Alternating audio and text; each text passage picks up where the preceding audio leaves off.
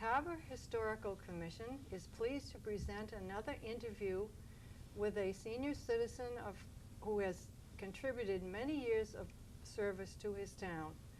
This is a project, along with others, that we hope will inspire you to take an interest in Carver's history. Today, it's my pleasure to welcome Mr. Frank Mazzilli, our former selectman, who has had the distinction of holding the office for 44 years. Isn't 44 years you've been a selectman, Frank? That's right. That's a long time. Nothing to it. Well, we'll start out, Frank, learning something about your early life. I understand you were brought up in Plymouth? That's right, yes. Mm-hmm. And did you come from a large family, or? 3 boys and a girl. 3 boys and a girl. And did you go to school in Plymouth? I did, yes. All through high school? And No, I didn't go to high school. They thought they knew more than me, so I left, and that's when I came to Carver. What year did you first come to Carver? I first came to Carver. I spent the summers in North Carver with the Garnett family. You remember Nelson Garnett, who got shot down in the war? Yes. But I used to spend all summers, every summer with him until the time he went in the service. And then I came back to Carver full-time in 1938. And I've been here ever since then, except for the time I spent in the service, which was 3 years. But I've been here ever since. Mm-hmm. And you married a Carver girl. Well, that's probably what kept me here. Mm-hmm. Yeah, I got married in November 2nd, 1940. And we have 3 children. Mm-hmm. The oldest one lives in New Hampshire, Peter, and my daughter and my other son live a couple of doors down from me on Home Street.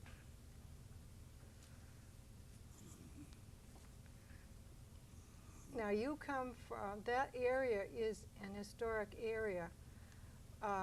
There was a foundry or a mill there? There was a sawmill right over the river. Matter of fact, part of it sits on the land that, excuse me, that I own now right on Home Street. Mm-hmm. And that mill was operated with water power, with a big water wheel there. But I can't remember the year that it was torn down. Across the street, they used to make barrels, what they call the Cooper shop. And the barrels were first used to put cranberries in before they come up with the boxes. Mm-hmm. But that also disappeared. Jesse Holmes, who I believe Home Street was probably named after their family, and who was a selectman before I came to Carver. Now he moved his mill up where the playground now is, next to the library. Isn't that right? That was Jesse Holmes's logging, where they cut logs and also made cranberry boxes there. Mm-hmm. And then Roby's bought the property and built the hardware store? Yeah, that is right, yeah. Mm-hmm. I forget the year that they did that, but the hardware store was there quite some time until the Robies sold it to the town of Carver. Then we had it torn down and put up the library, and in the last couple of years they put the playground up there.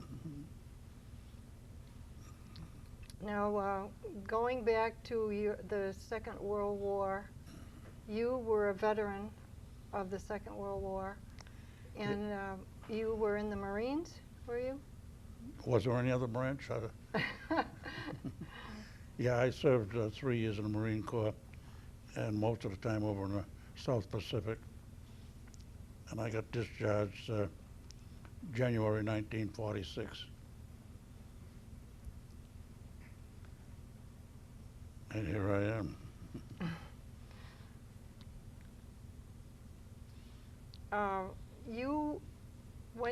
After you came to Carver, were you active in different organizations?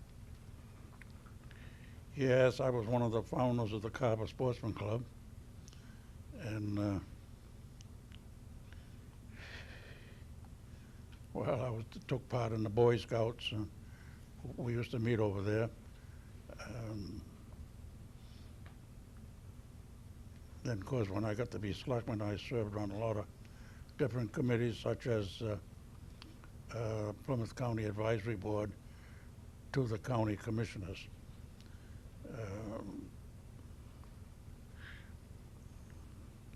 You're a member of the VFW. I'm a member of the VFW and the American Legion as well. Mm-hmm. Now, how long did you serve on the commissioners, the county commissioners? I'll give a guess, maybe about 4 or 5 years. Mm-hmm. And when did you first run for selectman or were elected? 1956. Mm-hmm. I ran and I won the election. March it was at that time when we held our elections. And I served until 1974. Then I was defeated, and I went back in 75. In 87, I got defeated again, and I went back in again in 80. The following year that was, yeah. So I served right up until last April. That's a long time to be serving your town in that capacity. It can't always have been easy, but you must have enjoyed it, or you wouldn't have.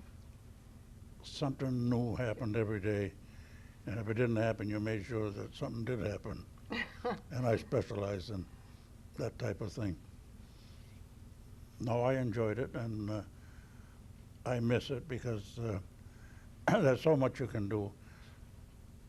You can work with the state and the county and the federal people, which I did, and received a lot of grants. What are some of the grants that you received or helped to get for the town? We received a $200,000 water study grant, and nothing came about that because most of the people in town had their own water and considered that was good enough. A lot of highway grants. There was a lot of money out there for highways back in those days. And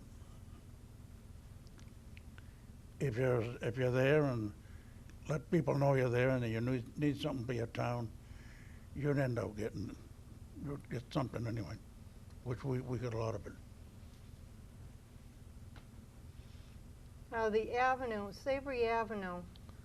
Well, 1963, 1943, I'll take that back. We got the first federal secondary money in the state to rebuild Route 58. And coming down along 58, they wanted at that time they were going to tear Sabres Avenue apart and rebuild it right through the avenue. Well, we had a couple of good citizens in the town of Carver, which Robert Shaw and Virginia, who attended a meeting with me one day, and they owned the land right adjacent to it. And they offered it to the town so that they wouldn't have to touch Sabres Avenue. And that's why 58 is where it is, and Sabres Avenue is still there. Now, I think a lot of people, newcomers to the town, don't know that Savory Avenue was the only way that you could get from the south end of town up here before that Route 58 was put through. Originally, and go back good many years. The Saveries used to train horses on that Saveries Avenue. And like you said, it never came all the way through. And then they opened it up, and that was the first divided highway in the country. And that's where it, and it's still a beautiful sight. Yes, it is. It is. I know when the roads to the Cape got congested, people used to take a shortcut. Well, they figured they'd come around this way to go through the avenue, and then instead of just being into traffic, and that's how they came to know Savory Avenue and came to enjoy it. Well, you'd be surprised. I go by there half a dozen times a day, and there's still people riding through there. So some people get an enjoyment out of going through it. Oh yes, they do. They do. What are some of the problems that arose when you were selectman that you helped to solve? I know there were a lot of them. Are there any outstanding ones that you were able to really help with? Well, every day there was something, and as you know, I spent 5 or 6 hours a day in the town hall, 5 days a week, and no matter what came up, I managed to get involved with it. Hardly a thing that happened in Carver back in those days that I didn't get in on it. So, like I say, a lot of it was getting grant money for the town for highways. We got lots of money to do highway work all over the town. When I first came here, 90% of the roads were dirt roads or just plain oil on them or something to hold the dust down. And I started a project to have the county commissioners lay out all these streets so that we could pave them. And we only have one little section of road in the town of Carver. Is up in South Carver there off of Wareham Street that goes to Federal Road. I forget the name of that little short stretch there, but the rest of them are all well paved, and DPW takes care of them well. Yes. And now the Marcus Atwood House, you had a lot to do with that. Well, The Council on Aging. we found out that Mrs. Atwood from Edaville owned that house and would sell it. And they had a price on it of $242,000.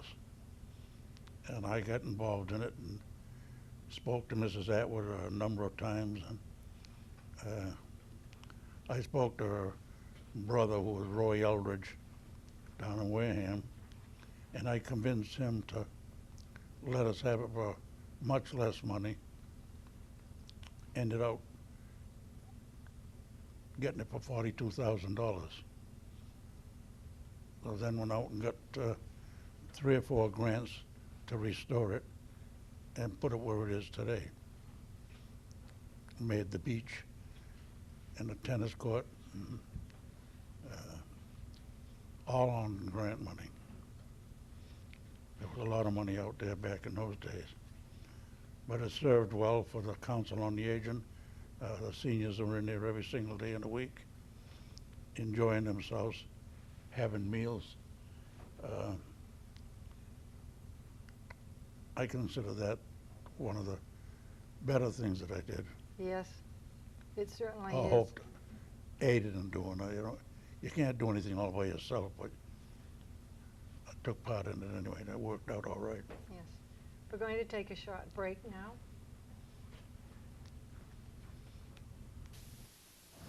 Come on! Let's go! Move it! Move it!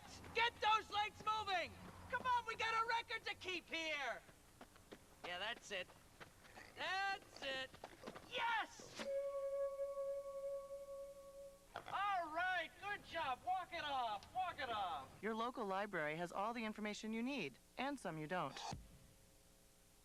Good job, buddy. You look good out there. How do you feel? You look good? During the time that you were in office, I'm sure you met a lot of different people, important people, and often famous people. Can you think of any offhand Well, that you like to talk about? In 1958, President Kennedy, he was still senator in 1958, but he was around campaigning for president, and he stopped to our town hall. And as all politicians do, they get up and make a pitch for what they're going to do. And practically every governor since I've been in office that I met and become close friends with, and some of them were able to help the town of Carver, such as Governor Dukakis one day asked me if we had ambulances in the town of Carver. And I said, no, we do not. How would you like to have one? I said, definitely. So he showed me how to do it, and we got an ambulance from the state. And that's what got us started. Now we have two self-supporting, does not cost the town one penny to operate it, and when needed we buy a new ambulance out of that money. We pay all the EMTs out of that money. So it's one of the better things that I think I had my hands in, and with the help of Governor Dukakis at that time.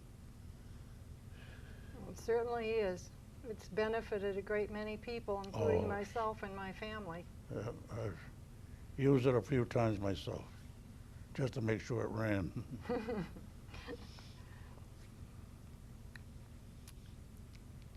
Now, you said that one of the most rewarding things that you did was the Marcus Atwood House. Can you think of anything else that you're really Well, proud of? The ambulance service is another thing that I think was a great service to the town of Carver, and always will be, because we have the director there that spends a lot of time and seeing to it that he has the proper number of EMTs. And once you get in with that ambulance, it's just like being in an emergency room at one of the hospitals, whether it be Jordan or Toby. No, I take great pride in. I'd hate to see them out running, getting people to go to the hospital, but at least it's available Yes. for other people. And to me, it's one of the better services that we provide in the town of Carver. And with the accident that we have today and the mobile home park people, they're all about my age, and occasionally you need to be shipped out to a hospital or something. I can't say enough good about the services. It's great. I'm sure through the years you've also had some pretty funny things happen. Can you think of something that was particularly amusing that you'd like to talk about?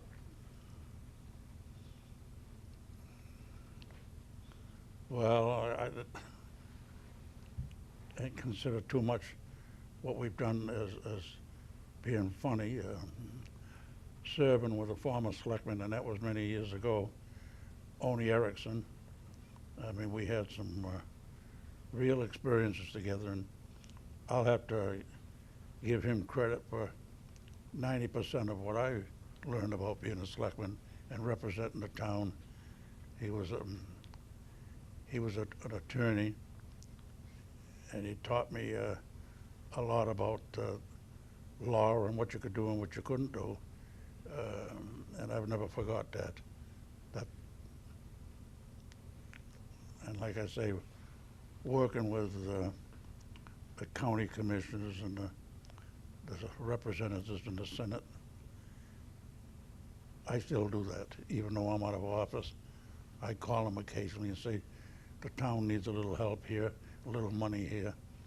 And it worked, and it still works. And most of them enjoy helping towns. So, but as far as funny things, well, I guess I'm the funny one that was on the board. But it was interesting, and I miss it for the things that you can do for the town. Do you think that Carver has done a pretty good job of planning for the future? I would have to say yes. Over the years, we've had a master plan, and then they just updated it here less than a year ago on what you can do and what you should do to make the town better. The town has adopted a lot of bylaws, zoning bylaws, to protect the town from getting out of hand, and it's working fairly well now. Sometimes I think they're a little too strict, but it's just my opinion, but it is working good. Well, Frank, you have certainly got a lot to be proud of in the things that you've done for the town. And the town certainly is very grateful for all the years and all the time that you spent. I want to thank you for joining us today. My pleasure. And we wish you a good future, many years ahead. Well, I'm not going too far. I'll be around. It's our job to preserve the history of the town and to make the past an interesting subject for generations to come. It is our knowledge of the past which gives us a foundation for planning a better future. In the month of March, the Carver Room is going to have a display of school things, pictures, photographs, books, programs on display, and we urge people, if they have any old school photos or school programs and yearbooks dating from the early years up until about 1950, to drop them off at the library at the desk, and we will use them in an exhibit in March. The library will be open on Thursday afternoons from 12:30 until 3, and we will be open Thursday evenings from 6 to 8 during the month of March when we have this exhibit.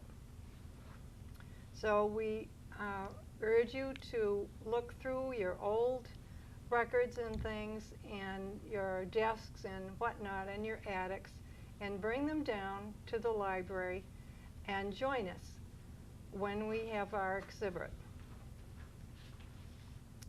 We thank you very much for joining us today.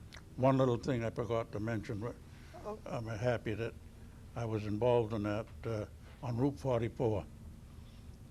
Mm-hmm. I spent a good many hours and weeks and years trying to convince the state to finish Route 44.